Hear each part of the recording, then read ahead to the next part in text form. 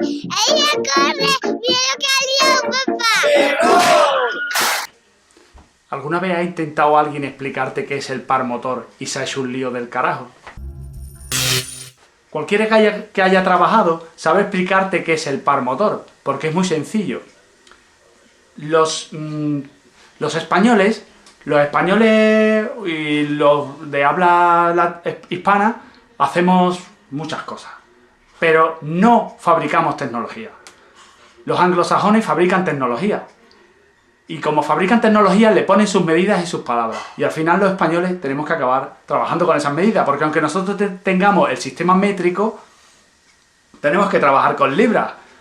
Los BTU, me llegan preguntas todos los días al canal de mi aire acondicionado tiene BTU. BTU es una unidad de medida inglesa, Boiler Thermal Unit, o las libras, pulgadas, son unidades de medida inglesas que nosotros tenemos que utilizar porque utilizamos la tecnología que ellos desarrollan. Entonces, ¿qué pasa con el par motor? Que el par motor es una palabra que suena muy... Joder, los ingenieros españoles, pues no veas cómo les gusta la paja mental.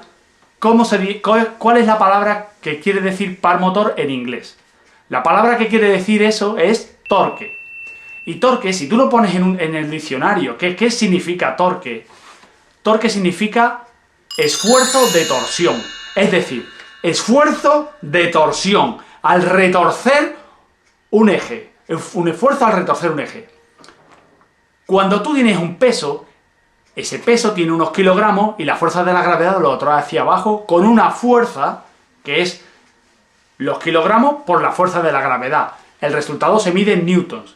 Eso es una fuerza, la fuerza se mide en newton. Y el torque, el esfuerzo de torsión, se mide en newton por metro. Es una fuerza de torsión de un eje. Y tú no lo puedes medir en newton, porque la fuerza que tú vas a aplicar depende de la distancia del brazo que tú le apliques sobre el eje. Es decir, tú tienes un eje y la fuerza que tú vas a aplicar de torsión es una fuerza aplicada sobre un radio a una distancia. Un pistón que tiene una biela y la biela está cogida a un cigüeñal. Y este es el centro de giro del cigüeñal.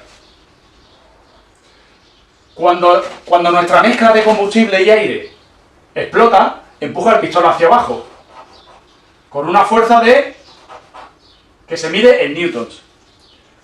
Pero yo ahora quiero medir el par motor, y el par motor lo vamos a tener aquí, porque esta es una fuerza que viene en esta dirección y que su intento es retorcer este eje en este sentido.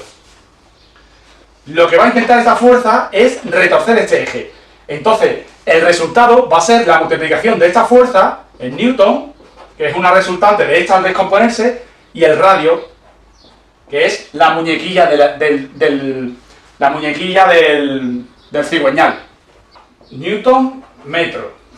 El radio es metro. Esto es el par motor. El par motor máximo va a ser en esta posición al número de vueltas en el que este vector es mayor.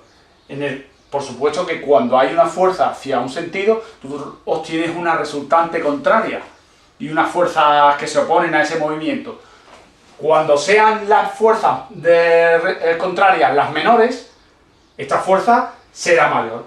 Y ese es el momento del par máximo. Este dato en un motor es importante porque es el momento, la franja en el que el par máximo en el que el par motor es máximo, es la franja en la que el motor va a tender a acelerar más rápido. No tiene nada que ver con la potencia. La potencia máxima es lo que empuja, lo que es capaz de arrastrar ese motor. Ese motor es capaz de arrastrar cuando va a 3.500 revoluciones, 90 caballos de potencia. Arrastra muchísimo, pero a lo mejor está teniendo mayores fuerzas de resistencia y de rozamiento, y el par motor no es máximo, aunque desarrolle la potencia máxima. El par motor nos sirve para conocer el punto en la franja en la que ese motor va a acelerar más. Entonces, eso es el par motor. Eso es el par motor. Claro, es que par motor suena... pero es torque. Tú debes entender el torque como un esfuerzo de torsión, retorcer el muelle. Cuando tú tienes un tornillo que sujeta una culata, por ejemplo, o que va agarrando un pistón, una biela, unas piezas que todo tiene un par de apriete. Un par de apriete. El par de apriete es importante respetarlo porque la pieza está calculada para que soporte esa tensión. Cuando tú aplicas un par de apriete a un eje, sobre una culata por ejemplo, tú aprietas y el perno que sujeta la culata se estira. Estaríamos dentro del límite elástico del material. El material se estira y cuando tú le dejas, la tuerca lo que está haciendo es intentar estirarlo y el eje, al intentar volver a su posición natural, aprieta la culata. Pero ¿qué pasa si tú no respetas el par de apriete o el torque? Entras en el límite elástico del material. Entras en el límite elástico y lo estiras. Y se deforma y ya cuando aflojes no vuelve a su sitio. A la siguiente vez que vas a trabajar con esa culata y la tienes que volver a desmontar, lo vuelves a apretar y le vuelves a pasar el torque. Lo vuelves a estirar. Y vuelves a sobrepasar el límite elástico de ese material. Total, que cuando llevas 7-8 veces, al final un día coge el perno y se parte. Joder, se ha partido un perno. Claro, coño, si lo has estado estirando, joder. No has respetado los torques que te dice el fabricante. ¿Por qué digo yo que para poder explicarlo tienes que haber trabajado? Porque todos los que hemos trabajado hemos utilizado herramientas. Y las herramientas, ¿qué es una llave dinamométrica? O un torquímetro, como le llaman los argentinos. Es una llave que tú la pones y tú le ajustas el par de apriete y te dice, el manual te dice, esta tuerca de esta posición, de esta culata o de esta pieza del motor lleva un par de aprietes de 300 Nm. Tú lo regulas aquello allí y empiezas a apretar, y cuando aquello se pone duro, estás retorciendo el eje gracias a la tuerca que se está poniendo dura, lo estás retorciendo y cuando alcanzas ese esfuerzo de torsión, par o torque, hace la llave clic y ya está, y has llegado a ese punto. Entonces, claro, cualquiera que haya trabajado con herramientas, que haya trabajado con las manos, pues hacéis, clac. ¿Qué pasa con los ingenieros españoles? Los ingenieros españoles, quitando los marinos, los ingenieros españoles están en oficinas, haciendo cálculos, haciendo diseño, haciendo historia, pero no cogen una llave nunca, tío. No cogen una llave. Entonces, cuando ves muchos vídeos donde un ingeniero español te intenta explicar qué es el par motor y se forma un lío, tío, de la hostia, es que eso no lo entiende nadie. Pero a que sí lo entiende, a que cuando tú coges la llave y lo pones aquello a 200 Nm, vas apretando y haces clac, ya has llegado.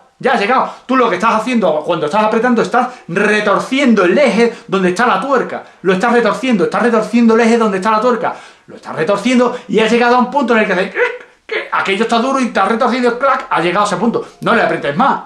No le aprietes más porque si no te metes, te estás pasando y corres el riesgo de meterte en el límite elástico del perno o del tornillo y ya te lo vas a reventar, ya te lo vas a cargar.